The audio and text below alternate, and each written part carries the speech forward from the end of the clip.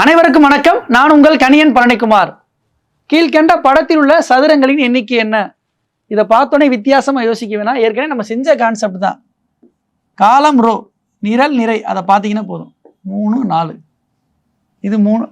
இதில் பாருங்க 1 2 3 4 4க்கு 4 தான். இந்த உள்ள இருக்கிறதெல்லாம் விட்டுருங்க, அதை அப்புறம் பார்த்துக்குருவோம். இது 4க்கு 4 என்ன செய்வீங்க? 4க்கு 4 சதுரம் என்ன போட்டோம்? 1 squared plus 2 squared plus 3 squared plus 4 squared. இது போட்டிங்கன்னா என்ன வரும்? 30 போட்டோம்லப்பா. n into n plus 1 2n plus 1/6 அந்த ஃபார்முலா அப்படி வரும். இது 30 சதுரம். இதை வெளியில் மட்டும் எடுத்து பண்ணியிருக்கேன். இப்போ இதுக்குள்ளே இருக்கிற பாருங்க. இதில் ஏற்கனவே சொன்னேன் நான்.